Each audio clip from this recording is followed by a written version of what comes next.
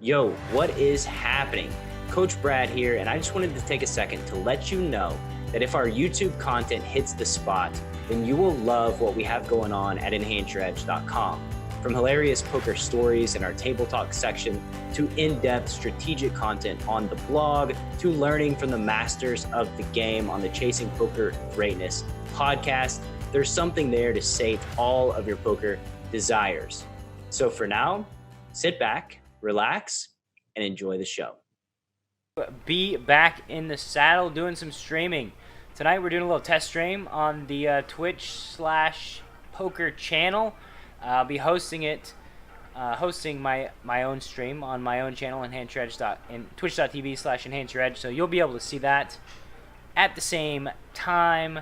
With that being said, it's probably good that we find some games, right? Let's find some tables to jump into. See what's crack-a-lackin' in the streets of PKC poker. For those of you that aren't familiar with me as a human being, a fellow human being, I hope. My name's Brad Wilson. I'm the creator of enhanceyoredge.com. Creator of enhanceyoredge.com. I play cash game poker on the streets of PKC poker. It is Bitcoin powered. It is the only place that I play cards right now, and I will throw out a little link if y'all are interested in joining me. There you go.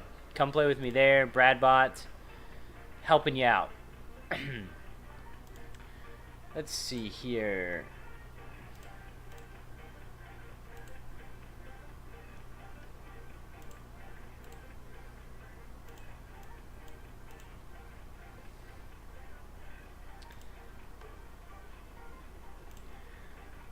Alright, so my spot got scooped up there, but we're in. Ready to do some battle time. 76. Hop in here at some 10, 20, 40. For those of you unfamiliar with PKC poker, the denominations, as you can see on the overlay there, 7-1. It's played in Chinese RMB. So you see this dude with 50K, 51K in front of him. That's about 50K divided by 7, whatever that is. It's about 7,000 US. We missed our seat here.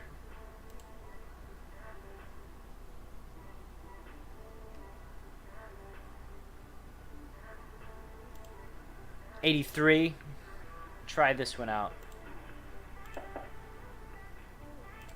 So we're in there like swimwear, as they say. I don't know exactly who says that or what exactly it means, but it's just what they say. It's what they say. The Inimitable Collective.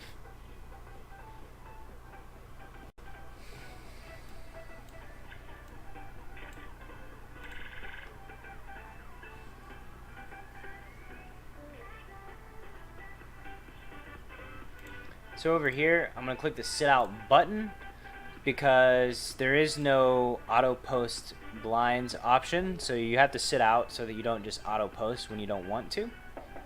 Something to keep track of. If you're not a fan of posting under the gun, then that's something to keep track of, because I don't like posting under the gun. I think that's there are better spots.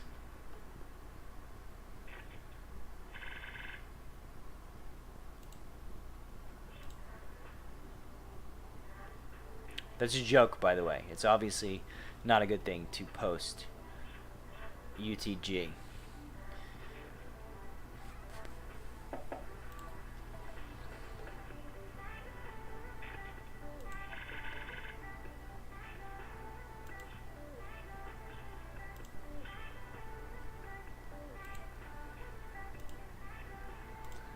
L pocket fives, we'll raise it up.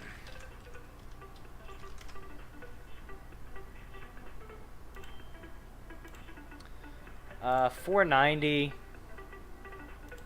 Getting 3-bet here.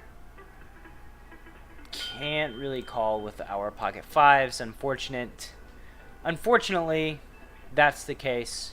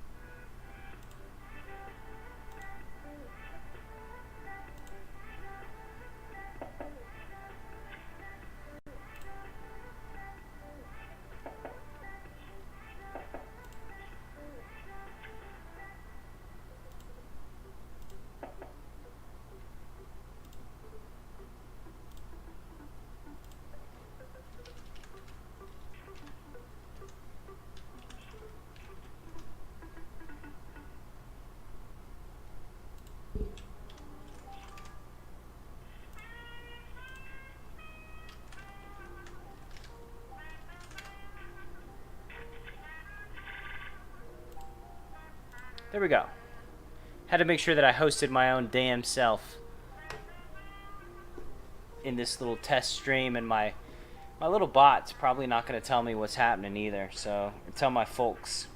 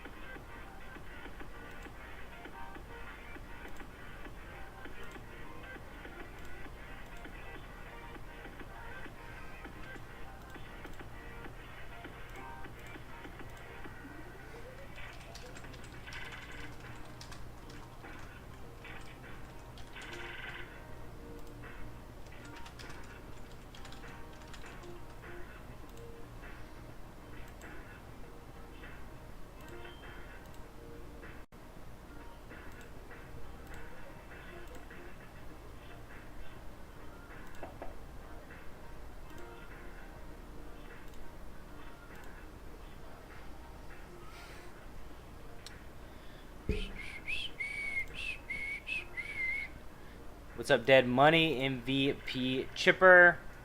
How y'all doing? A little different today.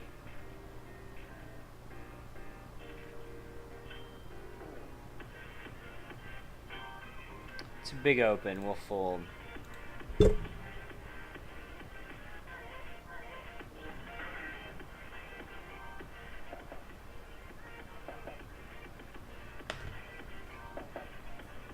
And promptly flop trips.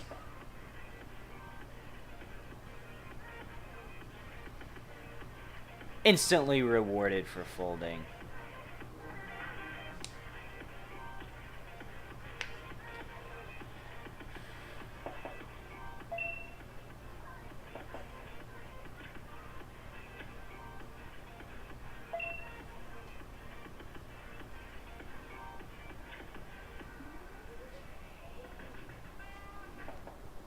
And eventually rewarded for folding after villain hits his flush on the river.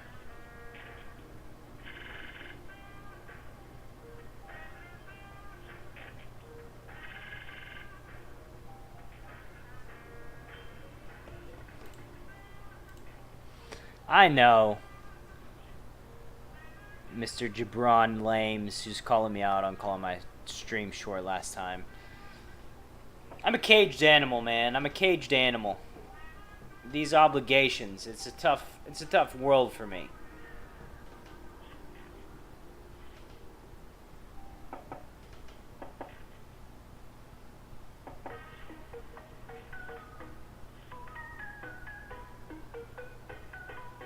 I'm not used to having obligations. That's why I'm a poker player in the first place, right? Don't like obligations, don't like folks telling me what to do, where I gotta be. But yeah. Need to be there for my team. Need to be there for my guys. Getting 3-bet again by this dude. And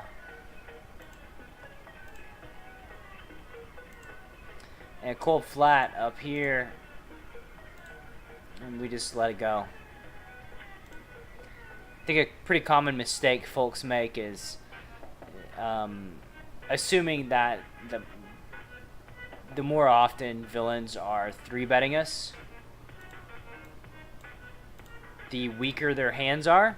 In my opinion, it's a little backwards, especially like when it's in a sequence like this, where 2 times in the cutoff in a row, this same guy has 3-bet me twice. That just means that, in my opinion, he's likely got an above average hand that he's going to 3-bet for value. So why go nuts with an ace and an 8?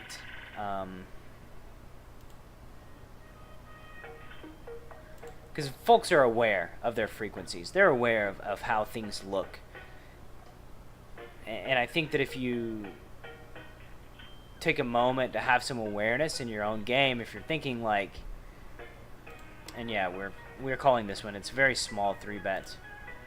If you have awareness in your own game that's like, somebody raises, we 3-bet them, and then the next hand, we get a hand that's marginal, a spot that's marginal. Do we 3-bet? Don't we 3-bet? What do we do? If you just 3-bet somebody, most of the time you're not going to 3-bet them, right? So what does that mean? It means that marginal hands in a back-to-back 3-bet spot, if it's a close decision, you're going to let it go. So therefore, if we can accept that that's true, then when people 3-bet us back-to-back, typically, depending on their level of sickness, right? Like, there are varying levels of sickness in individuals.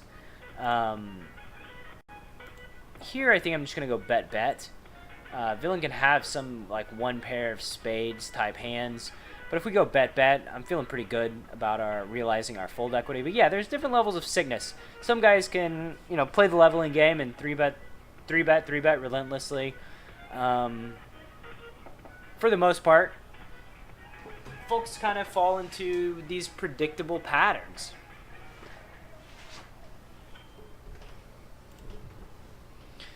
The ace queen off, we will 3-bet that.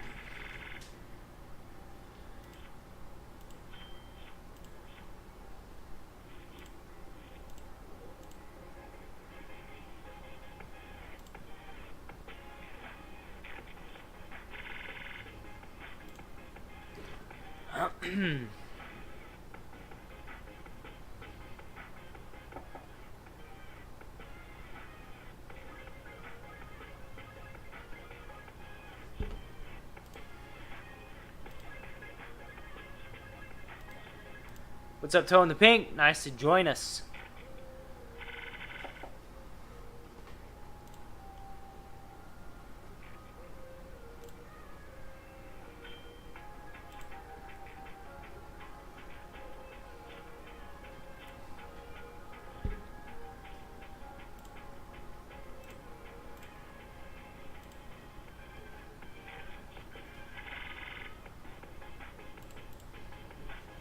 Very clear, get it in if the button 3-bets us here.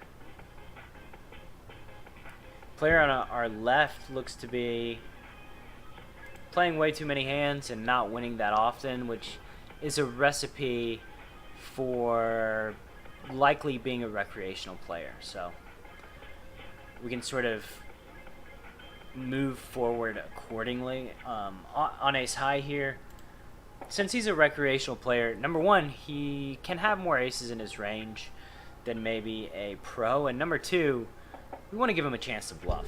Like, here we have a flush draw to go with our tens. It's likely the best hand, and we likely have the best draw.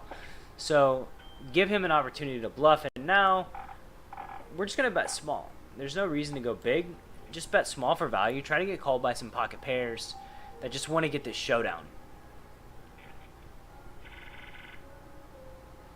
Getting raised would be funky. Villain would be repping like a 9. But as it stands, Villain just has the 6s. The pocket pair, we targeted the right portion of Villain's range, and then we get rewarded with aces under the gun. It's an easy game, easy spot.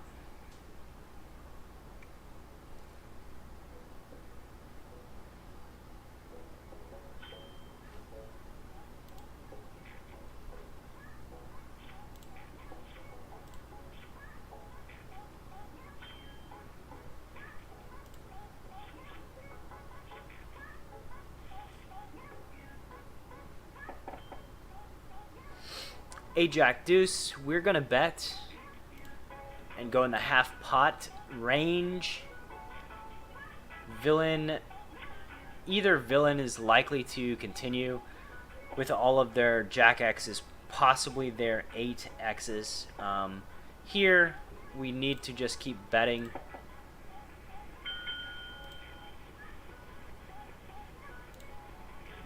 Try to get 3 streets from Villain's jack X. Also get value from his like 9-10 type hands. Backdoor diamonds and Villain leading. I don't really see a point in raising, and I obviously cannot fold. So if you can't raise and you can't fold and you only have 3 options, calling makes a ton of sense. Calling ends up making a lot of sense when you can't fold and you can't raise.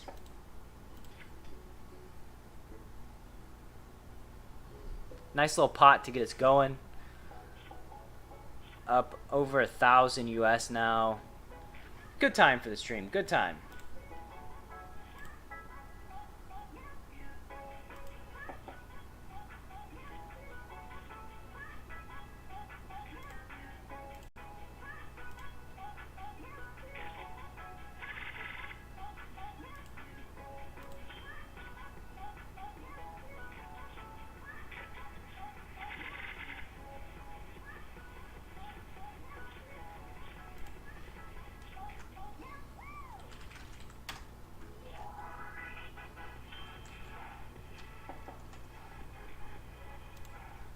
Well, that didn't work.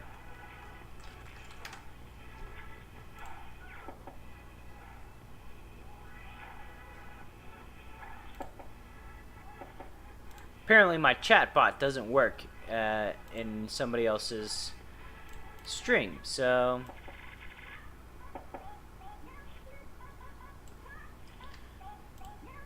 I can't just copy and paste it though.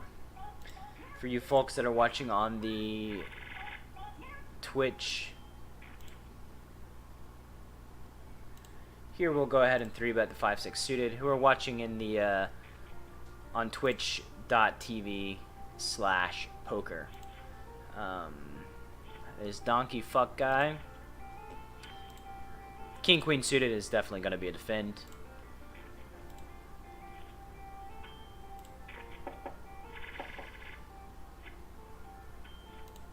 The king we're going to check because Villain's likely going to be repping this king. If he has nothing, ace jack ace queen type hands, and the king is a reppable card. The fact that he checks back makes me think that he's got some sort of hand that will call a bet, some sort of showdown value type hand. Maybe he's just checking back as like ace jack, but likely a showdown value hand.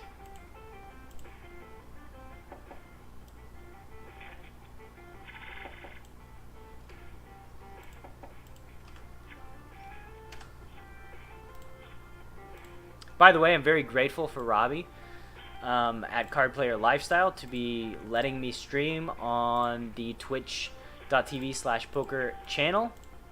He's a good dude, that Robbie. Y'all had to cardplayerlifestyle.com, and read his stuff. You can find it in the panels below. Also, I'm Brad Wilson. I'm on enhanceyoredge.com, poker training website. I'm also launching a podcast in the near future that Robbie has been on. It's going to be called Chasing Poker Greatness. I have interviewed Jungleman. I've interviewed Matt Berkey. I've interviewed Jonathan Little. Interviewed Jeff Gross just today. I'm very pumped and excited about that project, and you'll be able to find that on Apple Podcasts whenever it gets released. And follow Enhance Your Edge on, say, Instagram, and you'll be getting the notifications that Chasing Poker Greatness is coming up. I'm going to have a splash page too. That's on my list of things to do tomorrow, so that people can go there, hop on the email newsletter to get notifications when new episode is coming out. Dead Money, what do you think about the Mike Postle accusations?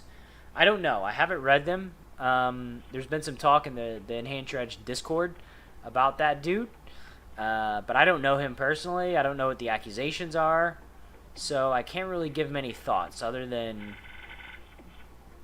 who the hell is Mike Postle? I thought it was a singer. Maybe I'm mixing up multiple singers.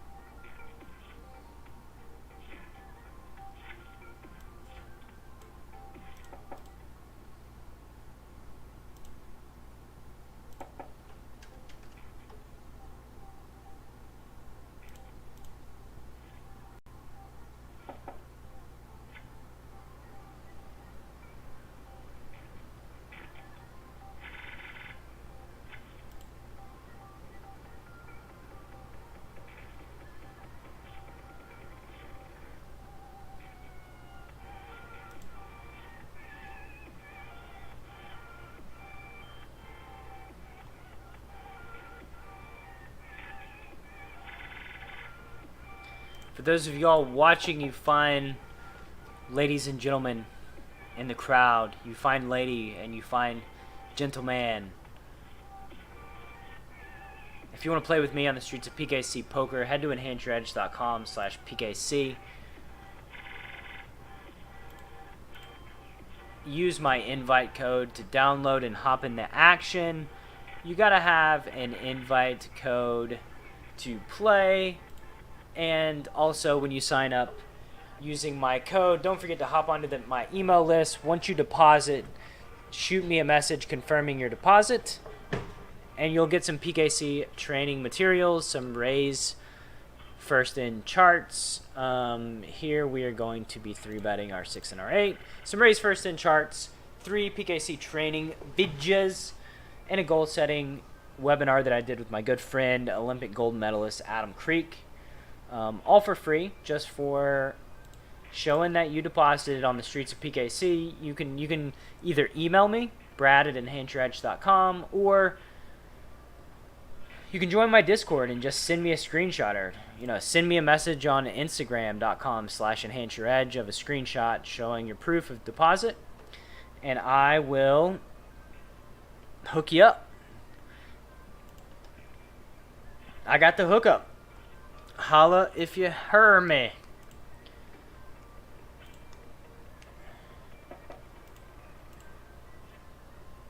I've seen better flops for an 8 and a 9 of hearts than an ace king deuce.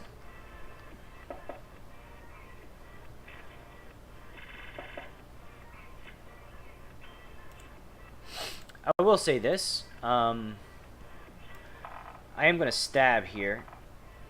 And it doesn't look like it's a super great spot to stab. But once we get this guy out, the girl on my left I'm feeling good about my chances against the other two in a multi-way spot. 9-9 is going to be betting most of his ace X's. He's going to bet a lot of his king X's.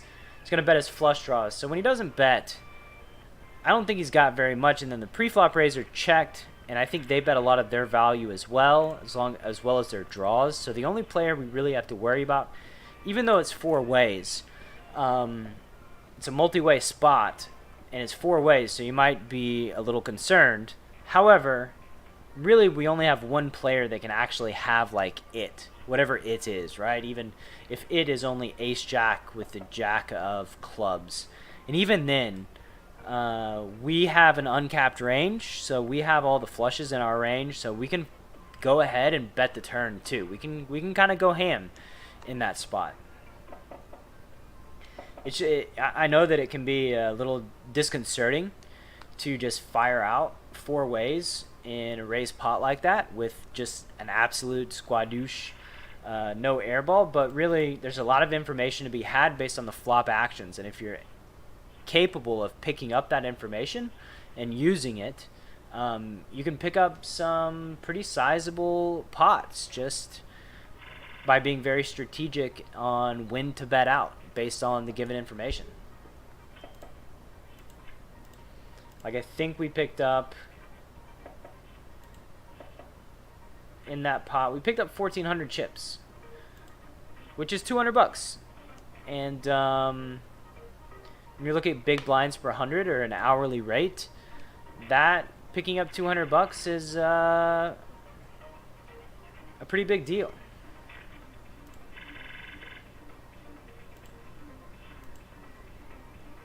Accused of cheating at Stone's poker streams.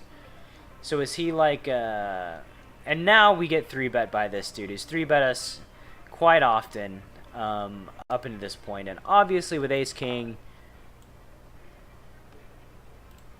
we dance. Let's tango.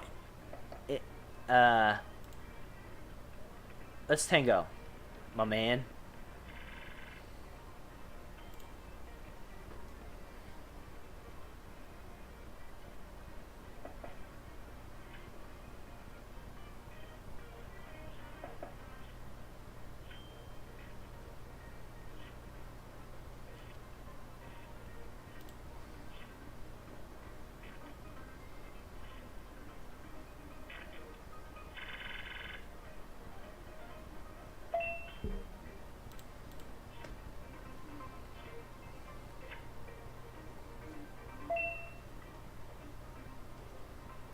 Here we have people getting in stacks with an ace and a 10 of different suits and 2 7s.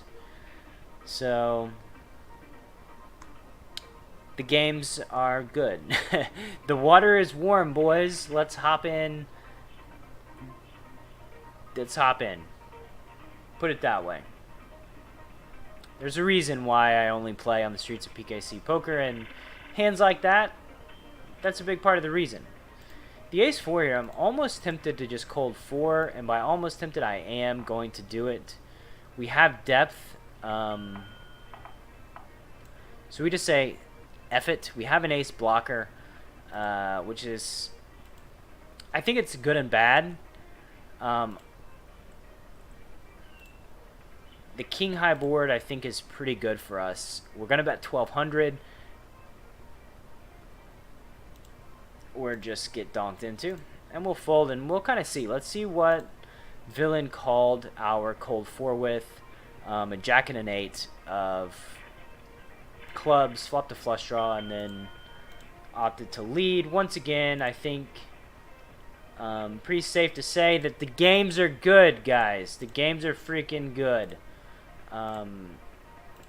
Small check raise here, and then just an instant pot. He's repping a 7. I don't know that I believe him, but I don't really know this pot size here instantly. I think I just let it go, and once again, we'll pay some money for some information. Villain had us pipped, so okay, fold a Rooney. How does one cheat at Stone's poker stream? Like he was on stream playing and cheating?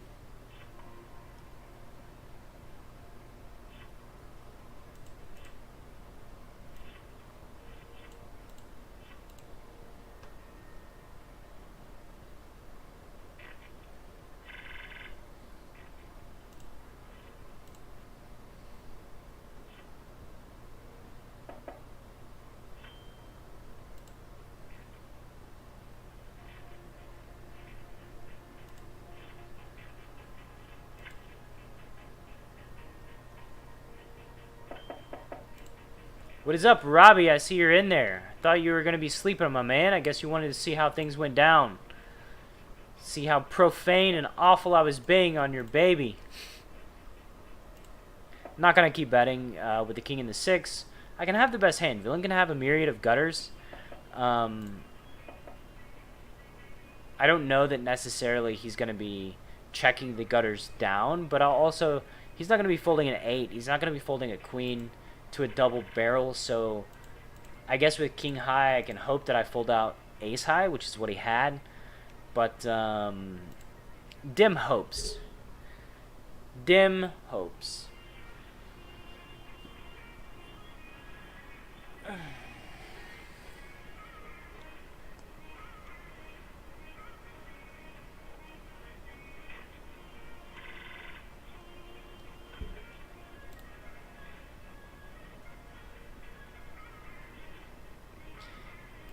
And if you guys watching on the twitch.tv/poker stream are wondering who I'm talking to in the chat, I'm also hosting myself on my own twitch.tv/enhanceYourEdge. This, I think I can bet, but I kind of like checking too. Mixing in some checks on 6, 7, 9. Obviously we have an open-ender. But I like being able to have a draw to not the nuts, but effectively a pretty good approximation of the nuts, plus some backdoor possibilities.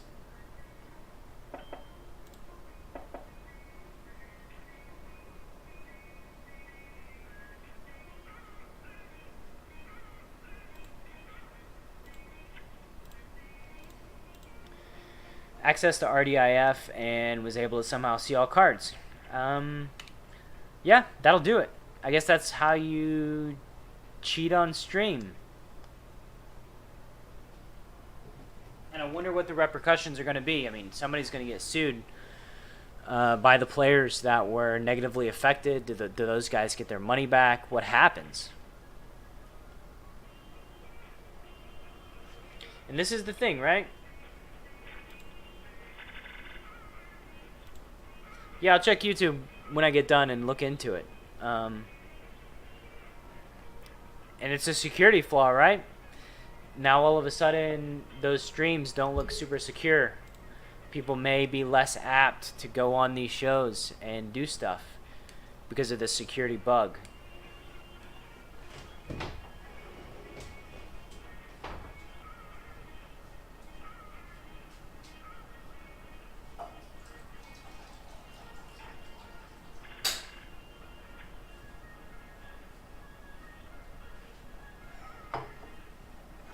And this just segues into why I value security so highly, why I love PKC so much. Because when there's thousands of dollars at stake, it doesn't matter what's going on. People are going to try to cheat. Like, if they can get an edge that way, they're going to figure out a way to get an edge. We could c-bet here, obviously, with top set. We could check, too. Going to start by checking, hope to induce some bets. 30 is really freaking weird. I have no idea what to make of it. But I will go ahead and check raise. Depending on how Villain's thinking, maybe he thinks that if he bets super small, he can induce a raise and then he can call.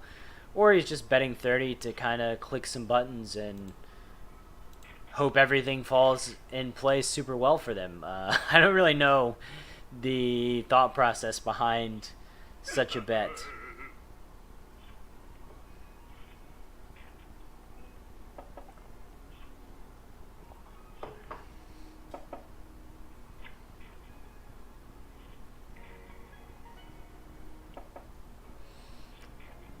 Ace 10's not going to be strong enough to battle against a UTG raise. Maybe we can mix in some 3-bets to our 3-bets. I think that's not the worst, depending on this guy, right? How aggressive they are, their frequencies, that sort of thing.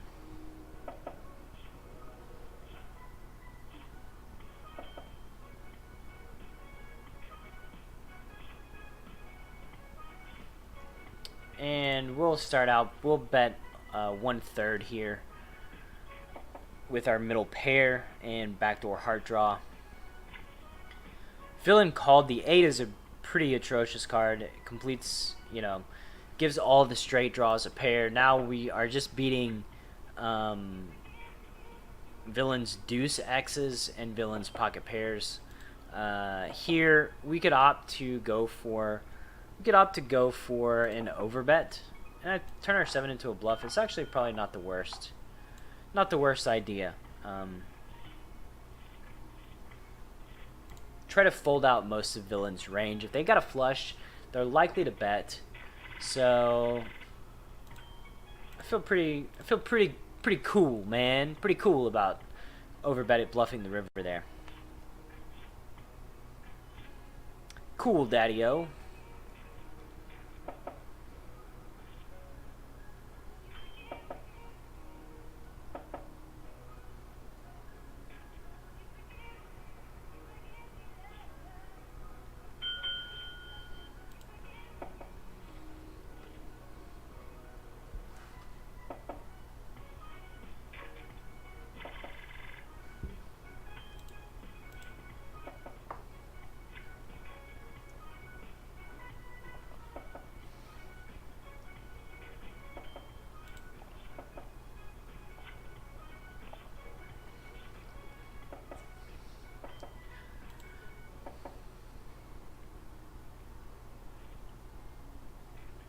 Oh, the game ended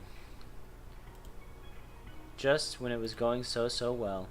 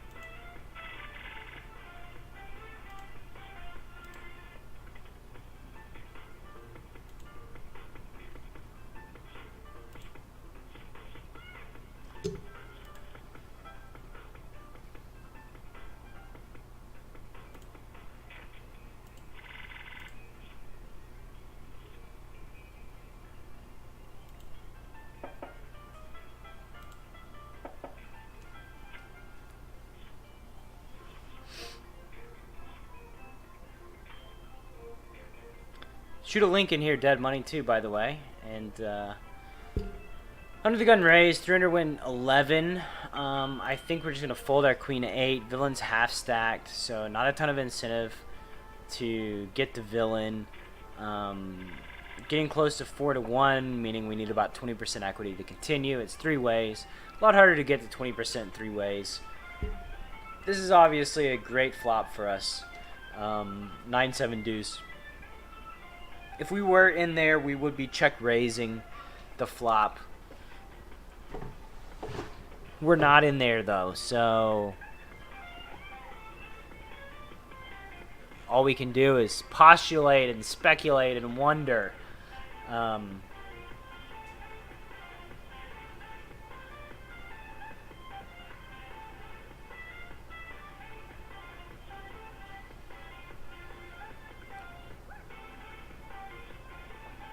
Interesting calling under the gun, flatting, and then leading the turn there. I don't know what hands would do that.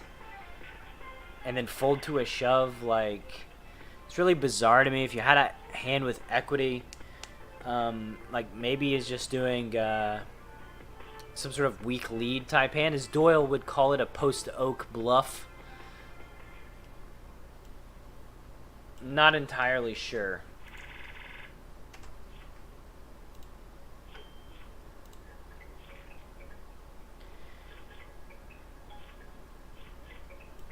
Maybe hoping to freeze the pre-flop raiser into not raising the turn so they could realize some sort of crappy equity for free. The board is like 9, 10, 7. So maybe like pocket sixes, something like that. Gutter with unders. I don't know.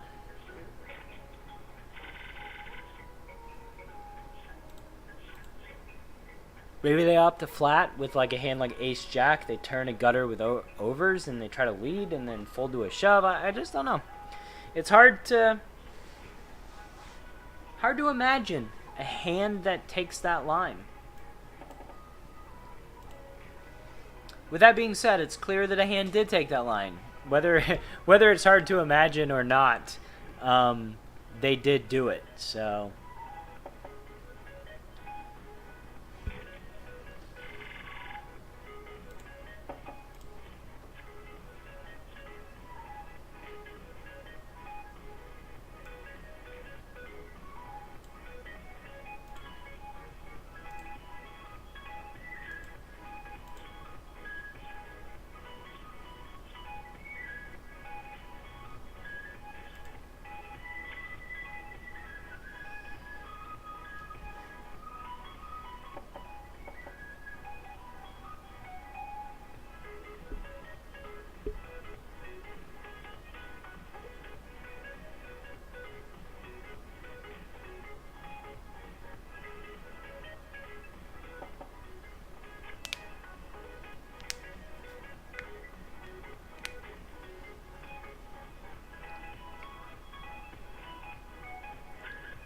Little break in the action.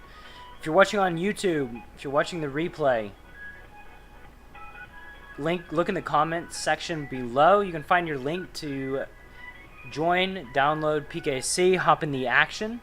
As I've mentioned, when you show me proof of deposit via email or a message on Instagram or Discord, get your free 3 PKC training videos here. Get them here, sir. Get your raise first in charts, all the goodies. Look in the comments section. You can also find the PKC page in the description below and handyoredge.com/PKC. Really grateful for your time and energy, the folks that are watching live and the folks that watch on the replay. It means a lot to me to spend your time consuming my thing. In this case, the Twitch stream. In the very near future, my thing, the primary center of my focus is going to be the podcast. Very, very, very, very pumped to launch. Very eager to launch. I've already done 14 interviews. I have more coming down the pipeline. I'm really bad about this sort of thing, right? Like I'm the type of person that buys a Christmas present, and if I buy it 4 months in advance, I just burst with excitement because I want to tell them what I bought. Like I can't hold it in. And the podcast is like that. That's what it feels like to me. Like, oh, I got this thing that I've made and I've experienced it. I've talked to these folks and I know that the content is great and super valuable and I'm learning a lot myself. And I just gotta sit on it. I can't release it. It's very rough. 9-10 suited, we can 3-bet or flat. I think I prefer flat here versus, you know, what is he, hijack limper. We've already 3-bet this guy as well a few times. This is a board that we are going to be check raising on. We have a gutter with overs. Putting some pressure on villain. We can rep diamonds on the turn. It's also a hand that, like, if villain bet 3-bets us, then okay, you just win. You know, like that, for instance, you just win. Not much I can do. And they just ripped it with an ace and a deuce of different suits. Okay. Okay. Tens is going to be an obvious open.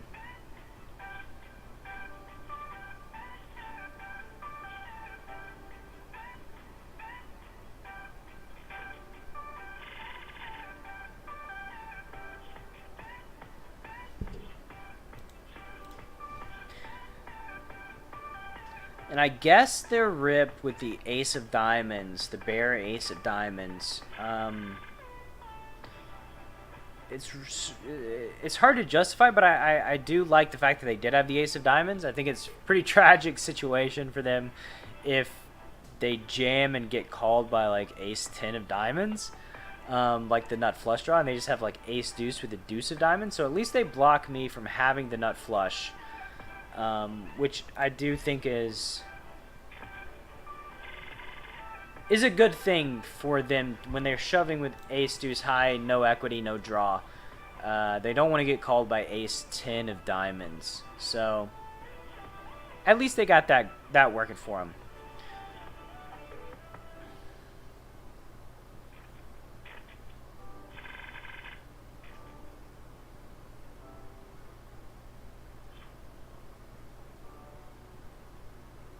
And I'll say, like, this, man, like, let's play devil's advocate here and think about that shove.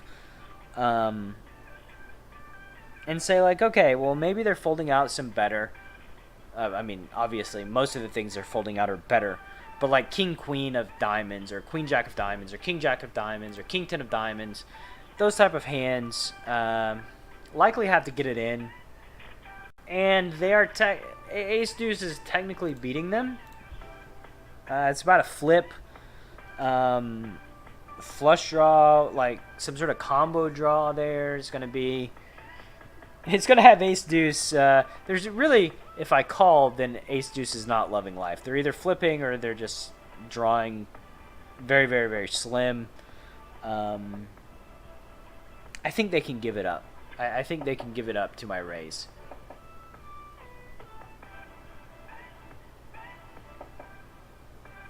But now we know a lot about Mr. Foxman up there.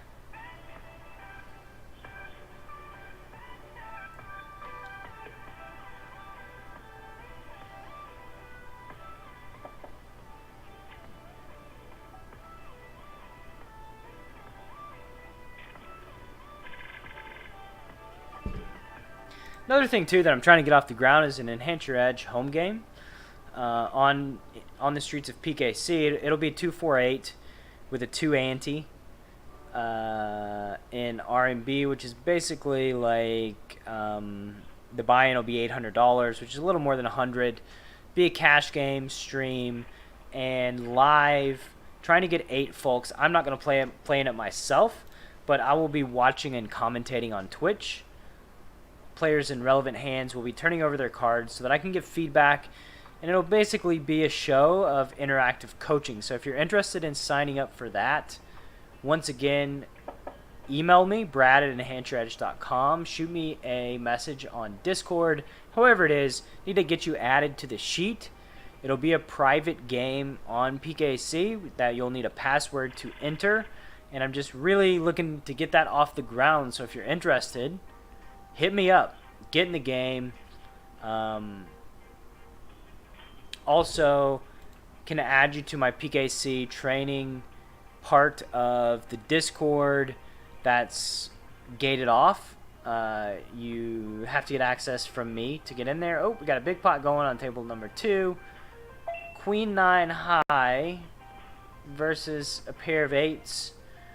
And don't worry, guys. This is only a 10,000 US pot. No big deal.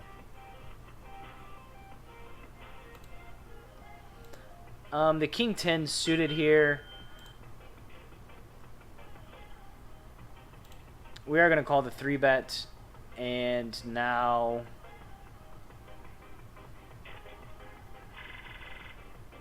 we get it in. Fully expect the queens here. This dude's probably on tilt, Mr. Foxman. We're going to bet about 720 here. Try to get a check raise all in on this king 9-4. I would expect Mr. Foxman to be 3-betting quite liberally, being on tilt after losing his queen 9 all in and just a massive pot. And of course, with our specific hand, we just get it in. Here with the king 10, I think we check back. We let villain put in the last bet. And villain has actually a pretty good hand. Ace king off for this situation. Like, hopefully we can fade. We can fade the all in, the overcards. And we do not.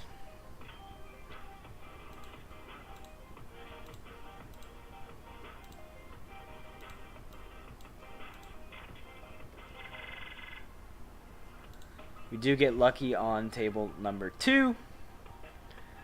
So lucky / unlucky at the same time. Not really expecting villain to have ace king there after just bombing away with his queen 9 offsuit.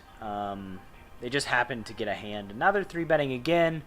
I'm going to go on a limb and say that they don't really have a great hand this time. Let's just keep predicting that. Eventually, we'll be right? They can't just keep getting good hands after seemingly being on Mega Monkey tilt.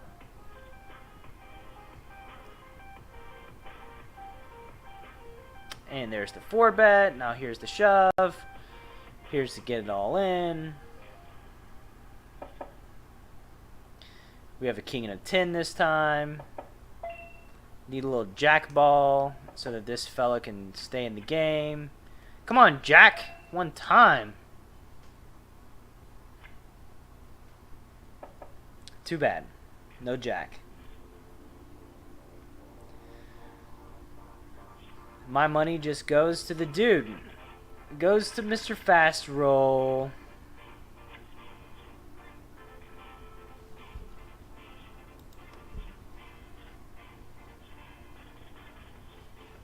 That'd be okay if dude reloads. That would be acceptable.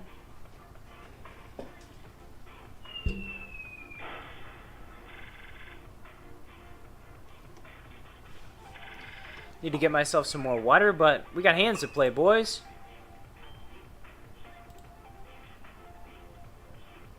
Big ISO from the small blind on table number 1.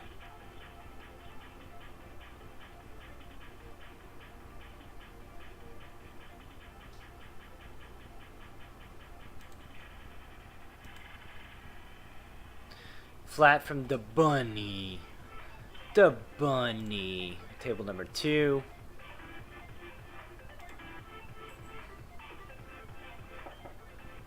This would be a 1/3 C-bet with my gutter. Plus unders on an ace-king X board.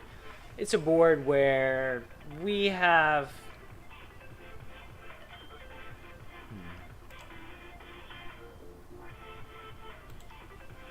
We have the better hands in our range.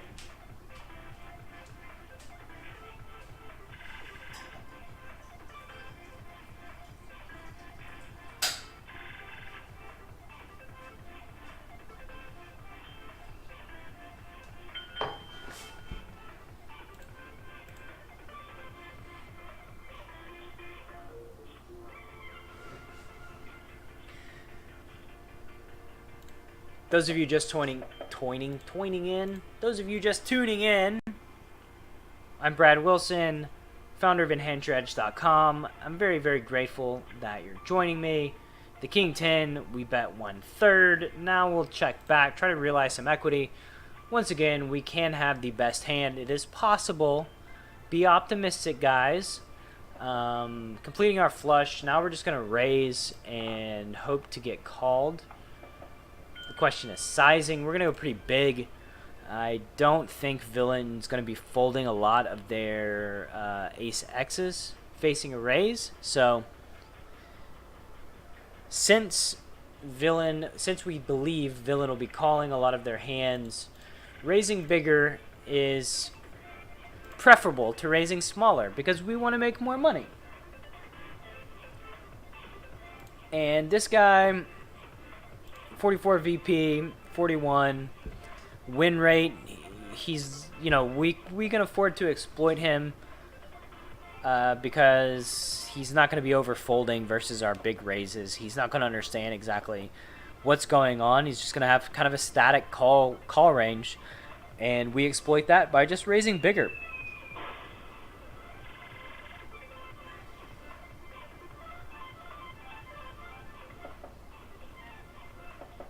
And something that I get into a lot is like GTO versus exploitative strategies, which, I mean, they're effectively the same thing. Like, exploitative is GTO plus great data.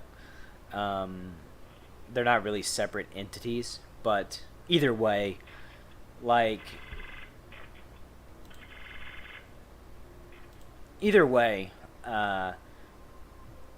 if you're worried about villains exploiting you, like, you know, they have to have good data. They have to have good information to be able to pull the trigger and, like, say, overfold in that spot. And if you're playing against weaker competition and weaker players, number one, it's super hard to get tons of information against a single individual anyway. And number two, recreational players, they don't think in these kind of terms. They're kind of on level one where they're worried about their own hand.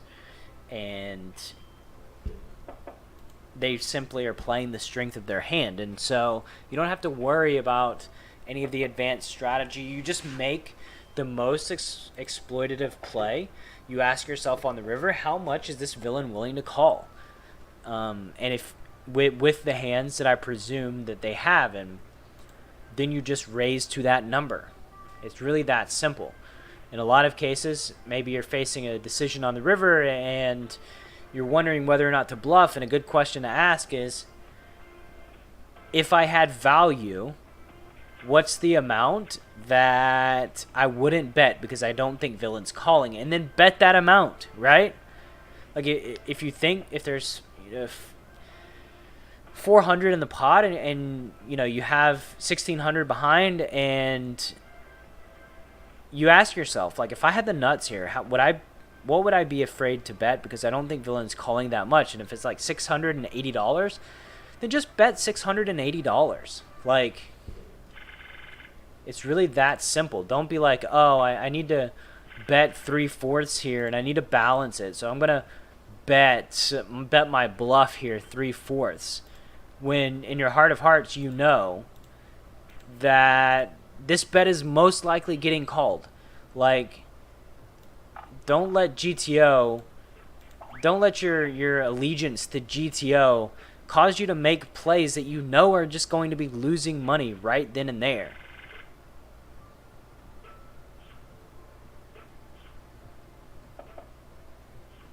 This is something that I see over and over and over again, and it just drives me up the wall. The King Jack, we're checking back, middle pair plus a gutter. Not a ton of bad cards. I guess an ace is not a good card, but other than an ace, whatever. Let's dance, Daddy-O.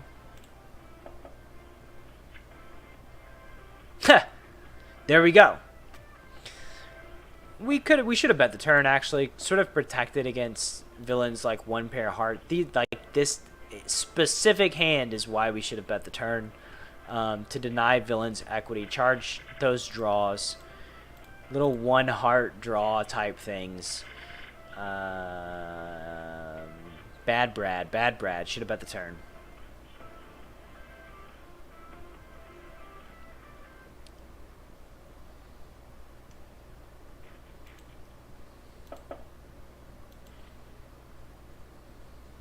Under the gun limp from the wreck.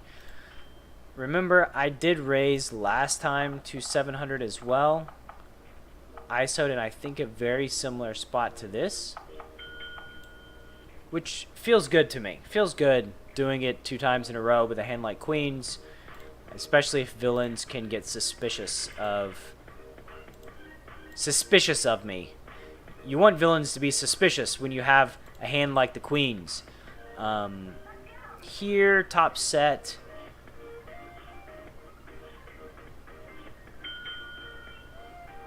I could go either way. Like, I can make an argument for betting a third. I can make an argument for checking. Now, once villain checks back, it's like, okay, does he have a pair that he's hoping to get to river with? Does he have just nothing that he's never going to do anything with? If he's got nothing that he's never going to do anything with, then screw it. It doesn't matter what we do. We're not going to get much action out of him no matter what. But if he's got a pair that he's sort of hanging on to, then I do want to size up, get value from those pairs that he's going to get sticky with.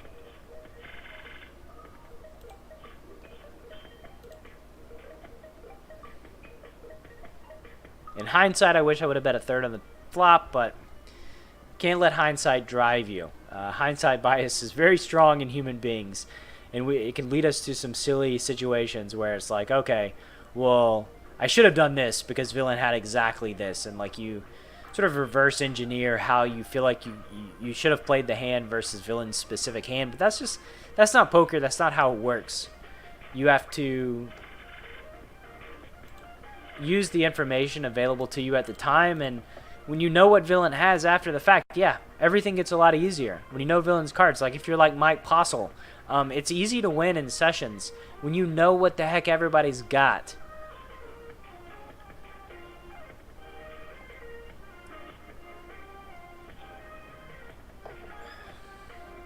I would like to know how he got caught.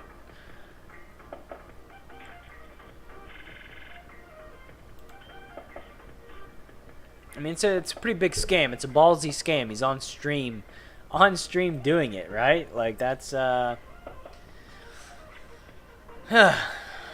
people. Brazen.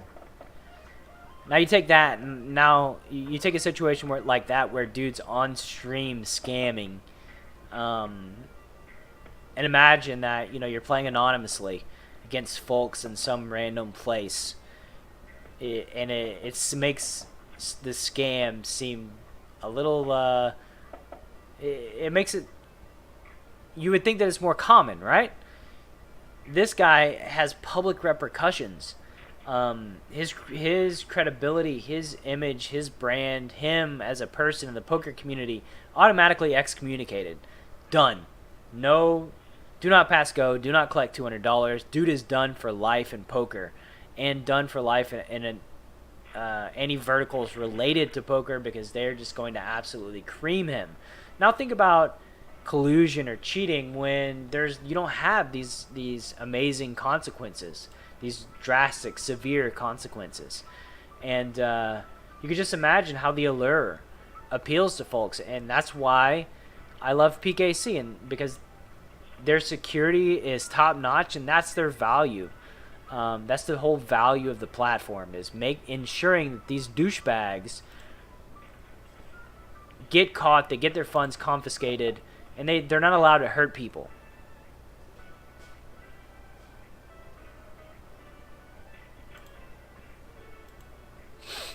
I don't mind a check raise here on Jack 5 Deuce with my Queen 9 of Diamonds. Obviously exploitative. Queen 9 of Hearts. This is a given that we're going to be check raising that hand. I like Queen 10 a little better. We block Jack 10 in that case, and we block Queen Jack.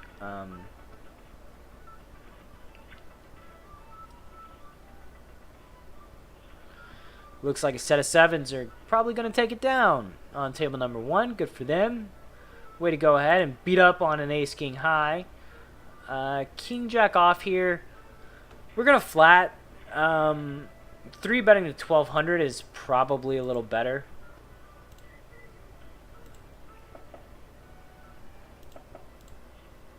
Don't need to 3-bet big versus a short stack. We fold to shove, obviously. The king on the turn, we will check our top pair. hope that villain last to act, goes ahead and bets. They should be betting here with a very high frequency. I mean, I would be betting here with a super high frequency. The only card that we really have to fade on the river is an ace. And I didn't get to spit out all of that. I didn't get to spit that out before the ace came. But this might be a bad call. But I think it's a must call. I think we just never have an ace because we bet ourselves on the river. Villain, the ace can incentivize villain to bet. Like, it just depends on the frequency of the villain, right? I don't know how often he's going to be repping an ace 3 ways. Didn't seem super inclined to bluff 3 ways on the flop or turn, and that's what leads to the hesitation on the river. Like, if he's not bluffing the flop or the turn, then maybe he's not bluffing the river super frequently. But turns out he was. We can't really fold. And there's the PKC link in the chat, and there is the Discord link as well. Thank you guys for joining me here on the Twitch poker channel. Very grateful for the opportunity to test out, wipe the dust off and test out this channel that Robbie's had for a while. Robbie's brand, cardplayerlifestyle.com. Super great poker blog. Check it out. You can click the link in the panel below on the stream, or if you're watching the replay on YouTube, just go to cardplayerlifestyle.com. Robbie will be on my podcast when that launches, Chasing Poker Greatness, within the next 2 to 3 weeks.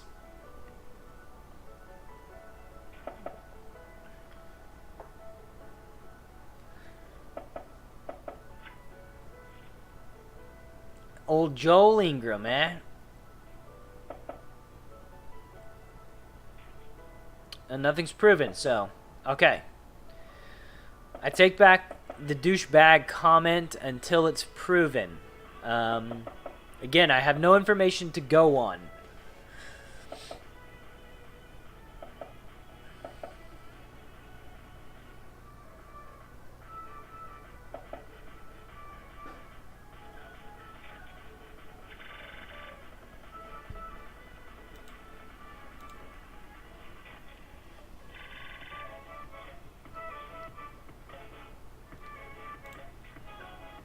Good thing I haven't had Mike Postle on the podcast, right? That'd be awkward. Be an awkward conversation. But I didn't even know who he was until about an hour ago. So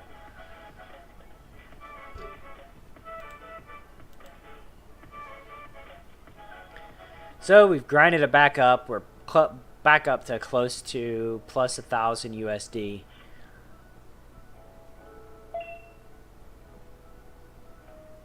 Yeah, I would say that is correct. That money, all we have is our reputation.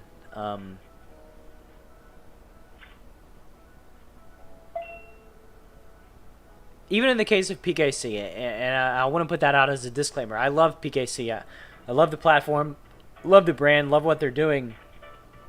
Yeah, if they disappeared, that would be upsetting. That would be...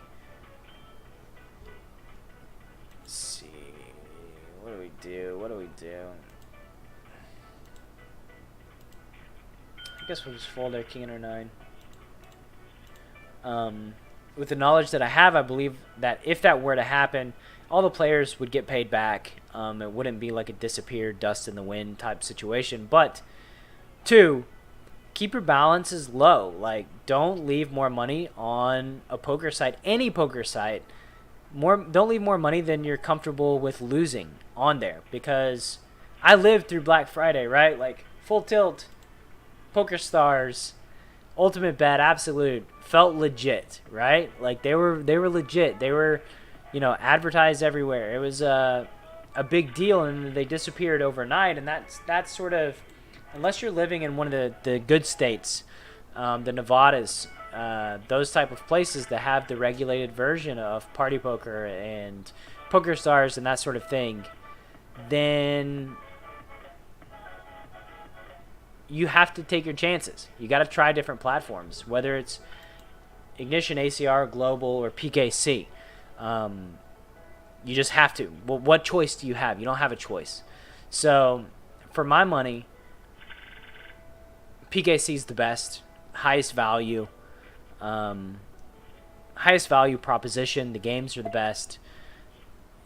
PPPoker and those guys, just I would just say stay away from them. I don't like them.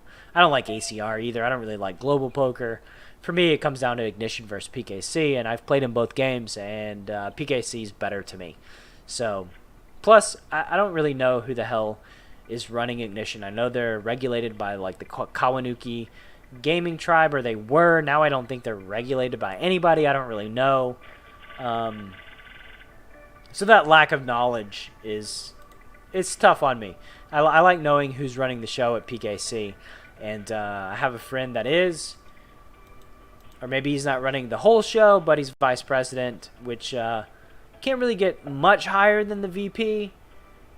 And he heads the security division, and the security division to me is the most important thing. So yeah, your reputation matters. And again, it's kind of like poker, right? All we can do is work with the information that's in front of us that we're given at any specific period of time. So the information that I'm working with is what I have.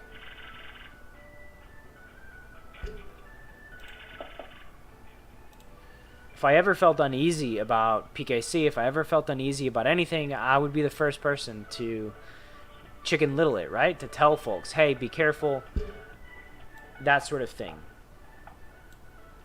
Ace-9, we ISO versus UTG +1 limper.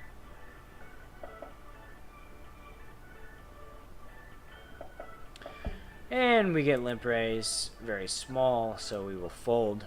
Ace-9 is not really a hand that we can defend versus a limp raise very well. Even though it's super tiny, they have a tiny stack, so we're not really incentivized to flat and flop like a 9 and then just go broke. Realizing our equity is post-flop, we don't know which part of our equity is even good. We're going to go broke with a 9. We're going to go broke with an ace. So, better to just let it go. Let her go.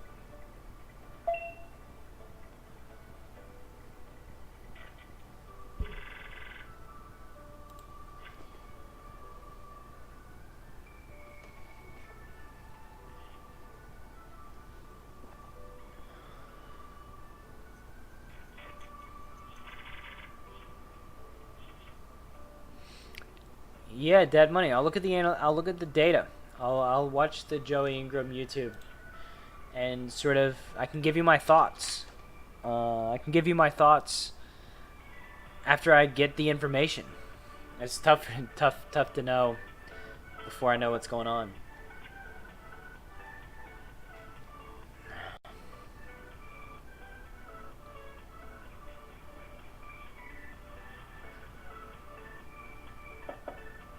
It's Joey Ingram, dead money, by the way, not Joel. Who's this Joel Ingram guy? By the way, my Titans got back on track. I don't feel super ashamed of them back there. I've never really felt ashamed of having their logo flying in my background. I do need to mix up the background some, though, so it doesn't always look the same on my Instagram channel. But the Titans got back on track. They kicked the crap out of the Dirty Birds, which is good to see. I do like the Dirty Birds for the most part, but just not when they're playing against the Titans. I live in Atlanta, so liking the Falcons makes a lot of sense. And before the Titans came to Tennessee, I guess that was like 98-ish. I was a Falcons fan because that's all we had in Tennessee. I lived a few hours away from... I lived in Chattanooga, so a few hours away from Atlanta. Was a Braves fan, was a Falcons fan. So I do wish them well and success. I'm just not a diehard fan like I am with the Titans. Aces. It's a good hand. Squeeze, shove. All the things. Give me the money. Give me a good shot at the money. We'll put it that way. Maybe not just give it to me, but give me a good shot. Come on, Mr. Tanker. Tanky-son. We're flopping a lot of top sets. Which is good, but we got to get some action, right? Got to get some action on the top sets eventually.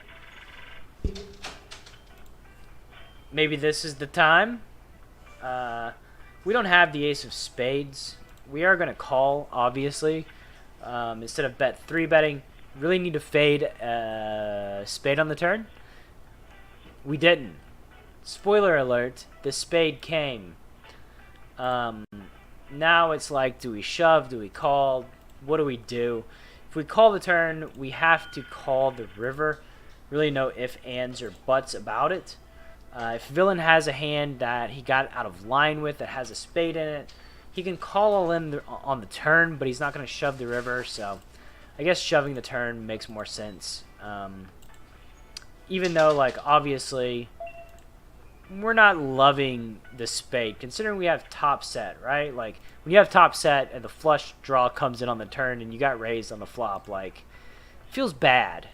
Because what hands do they have? They don't have that much value, and the draw got there. In this case, they just had the case ace and ended up turning a flush draw. They probably would have gotten it on the brick river anyway, whether we shoved the turn. The king 9 is going to be a clear defend, right? You think a king and a 9, it's 200 to win 635. We're getting 3-1. That's just a clear defend. We need 25% equity. It's heads up. We may be out of position, and we may not realize all of our raw equity. However, price is too good, hands too good to pass up.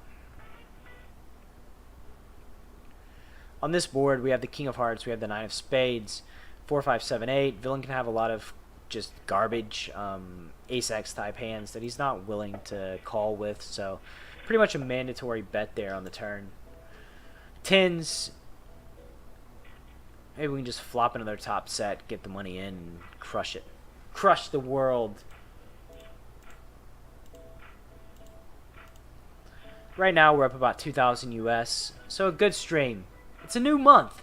New month, new stream, good things coming down the Enhance Your Edge, the Brad Wilson Pike. Chasing poker greatness is one of those good things. 3-betting the Rooster, Mr. Cockman, a Cockman, Cocksmith. And with tens, we'll versus a 4-bet, we'll be getting it in. Ace 8 9. This is not a good board. We'll check back with our tens specifically, but if we think about our range, we should be checking back our range. A lot of our ace x's, checking back this board. That's a good river. Can't really ask for a better river than that.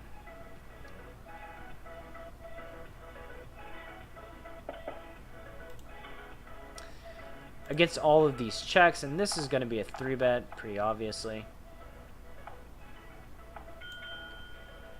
Against all these checks, we're going to size down with our full house. Again, targeting some hands that can call. That can call a bet on the river, or maybe spaz out versus a small bet. Like, don't think villain's got ace x in his range. He doesn't have straights. He doesn't have boats. What does he have? He's got some pairs. He's got some hands like king queen, king jack, that really are not nothing. They're, they have no value. So it's basically like, okay, we induce those hands, maybe get a call, a cry call out of some pocket pairs. I think that the natural inclination there when you have a full house is to obviously size up. But again, keep in mind what's villain doing this with. Like, ask yourself, what's his range? What does it look like? In this case, his range just doesn't look strong. So you have to target the range with your sizing. Always target the range with your sizing. Don't bet just strictly on the value of your hand. Target their range, not your range. Sorry. We got four time banks on this pre-flop decision. Villain's getting some missiles thrown at them.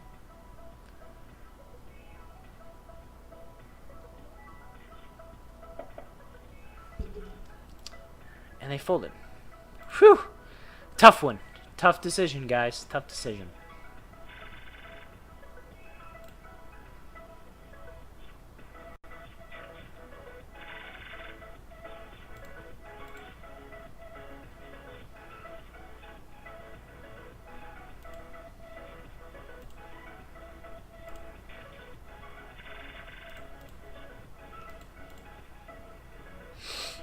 Getting some good luck, run good, some first stream run good here on the twitch.tv/poker channel. Many thanks to Robbie at cardplayerlifestyle.com. Head to Card Player Lifestyle. If you're on the Twitch stream right now, click through the panel below. If you're watching on YouTube or wherever, I'll put a link in the description, cardplayerlifestyle.com. Robbie's a good dude. Give him your eyeballs. Give him some attention. Very nice, very generous in allowing me to test this channel out. Take it for a spin and see what happens.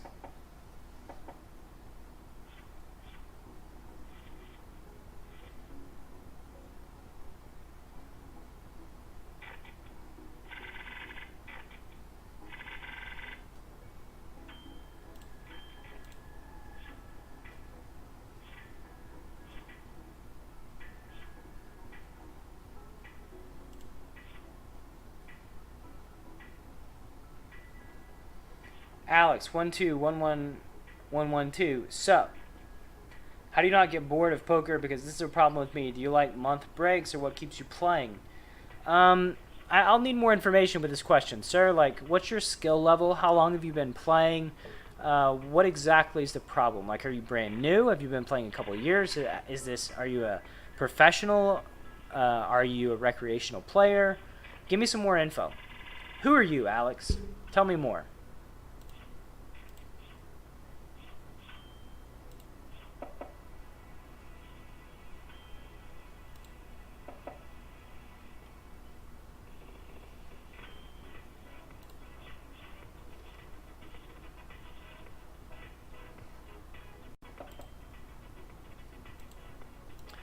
Ace Jack, I'm not going to see bet on Queen 8-3. Ace Jack, we can very well have the best hand. King is not the greatest of cards, but still we check, trying to win versus a 7 and a 4 ball. By the way, guys, this stake that I'm playing at right now is the equivalent of like 15-30 no limit. It's 3.5714 with a 3.5 ante. It's high stakes, and we got guys with a 7 and a 4 who are in here battling. Just keep this, bear in mind when making your decision as to whether or not you want to test out PKC poker. These are the things that are going on, right? 5-6 off, we will go ahead and defend with. Again, we're getting a good price. We have position, pretty much auto betting versus check here. I think Villain may have heard me saying I'm auto betting versus check.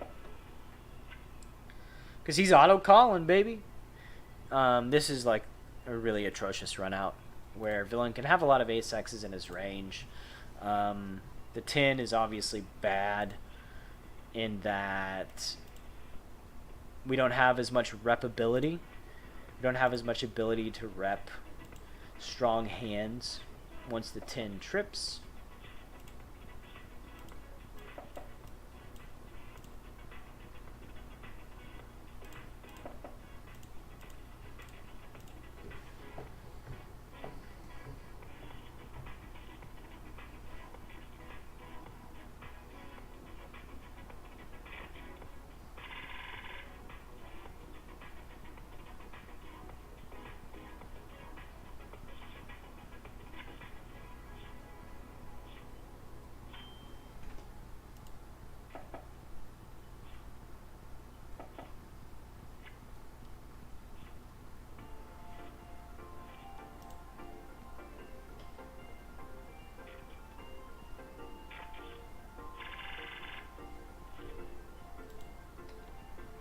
Cycle Motion lurks, S1 Faka, Alex, Commander Root. How are y'all doing? Hope you're doing very well. Dead Money, MVP Chipper. Keep on keeping on, guys. Keep on keeping on.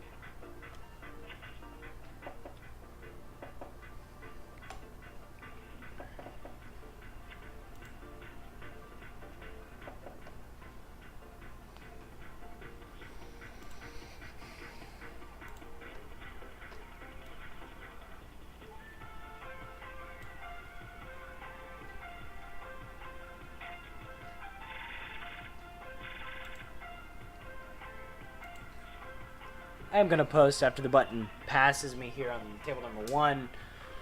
I don't think I can make the 180 seconds before it gets back to me, so just going to post. Not that big of a negative EV play, just to ensure that I get in the game.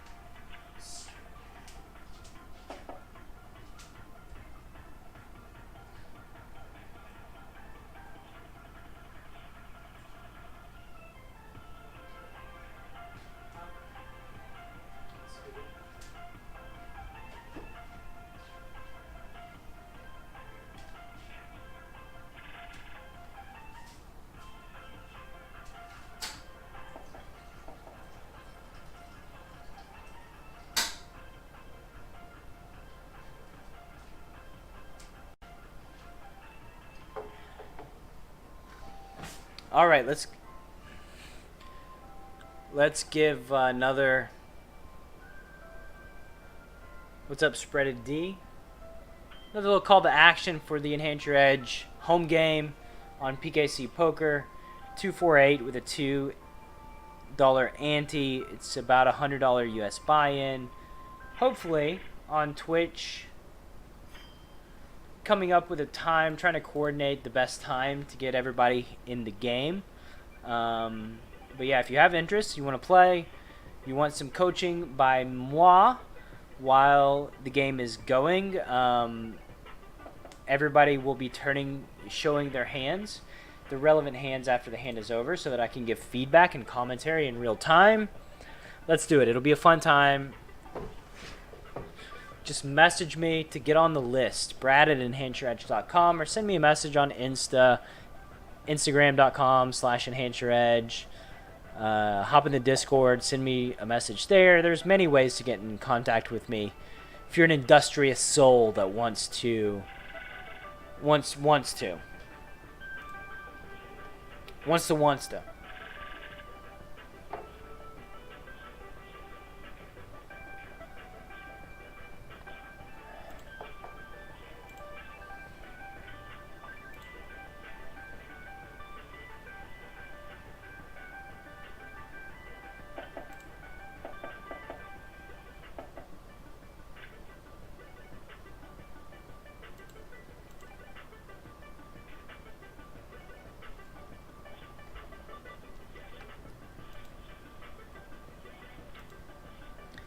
And it doesn't look like Alex is gonna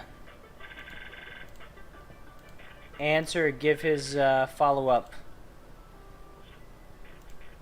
So I will just answer for both. Number 1, do I get bored with poker? Yes, of course I do. How many millions of hands can one human being play? That's the same game over and over and over again. So yeah, there is some boredom. There's some monotony. This is quite normal, I would imagine. What keeps me going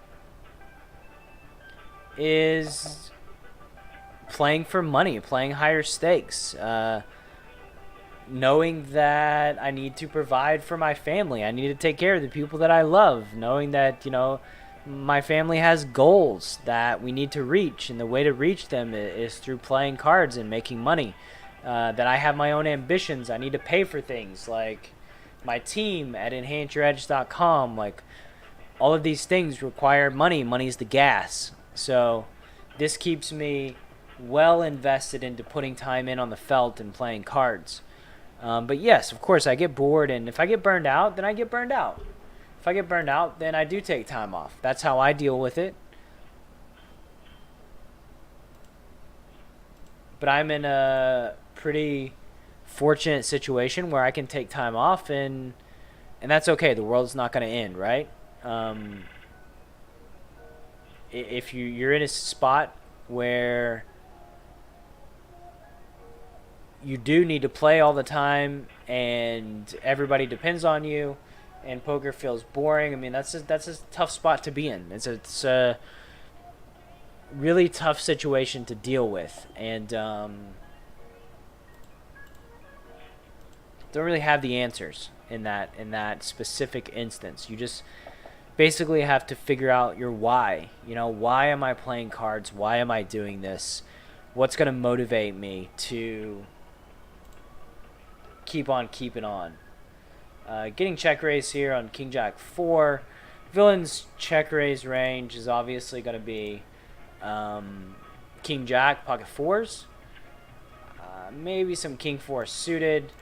He overbets here when we have the nut flush draw. We're not going to shove. There's obviously no reason to shove, but we can have the best hand. Villain can have a fair amount of flush draws. The 4 is a good card because it minimizes Villain's chances of having King 4. So now he's repping King Jack specifically. Now he's repping King Jack specifically. I don't know. With what frequency does Villain need to have some bluffs? Not super high to be able to call. We're calling 4,000, calling 3,200 actually to win 8,000. So getting about 3 to 1. We need to be right about 25% of the time. So, we just call and hope for the best.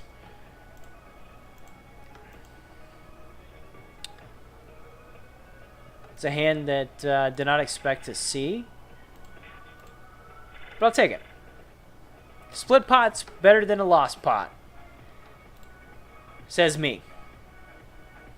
And anybody else that's ever played poker. They say a split pot's like kissing your sister, so we'll say that kissing your sister's better than not kissing anybody? Is that the Is that how that works? I don't know.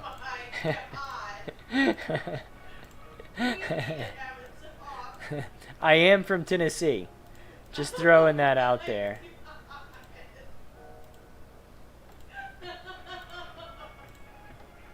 Just throwing that out there, guys.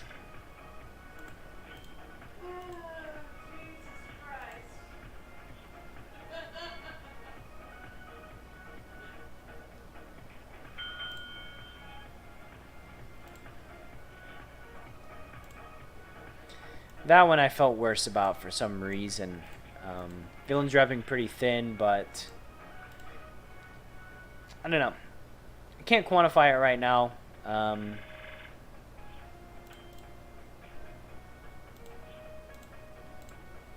trust my blinks. I trust Malcolm Gladwell knows what he's talking about when he says that, like, basically there are situations where you get a bad feeling in your stomach and you can't really quantify it, but you know that it's not a great spot. And that's one of those with the ace-10 there. Just didn't feel good about it.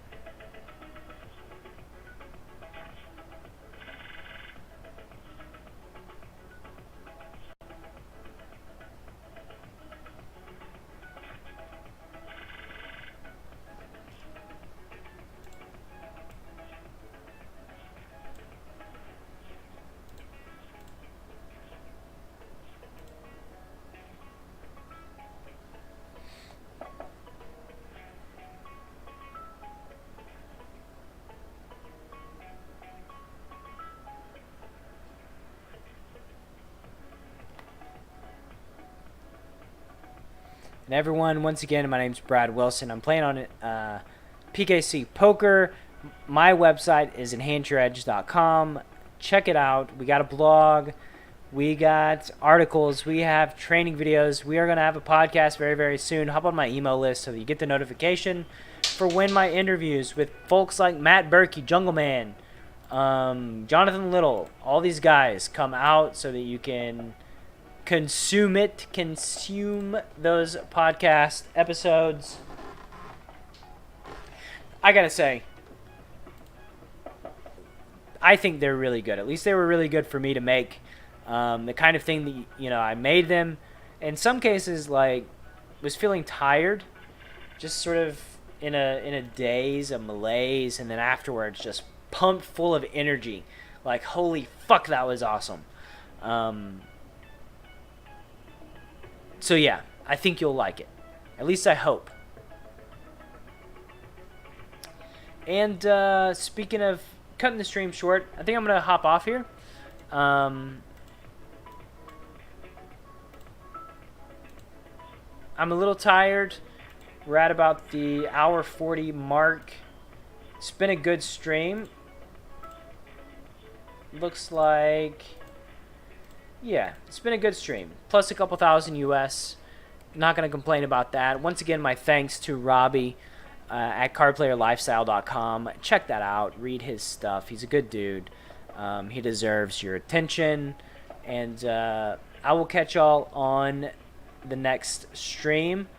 And take care. Have a great couple of days. And I'll see you soon. Thank you so very much for checking out Enhance Your Edge on YouTube. Don't forget to click that subscribe button, and I'll see you next time.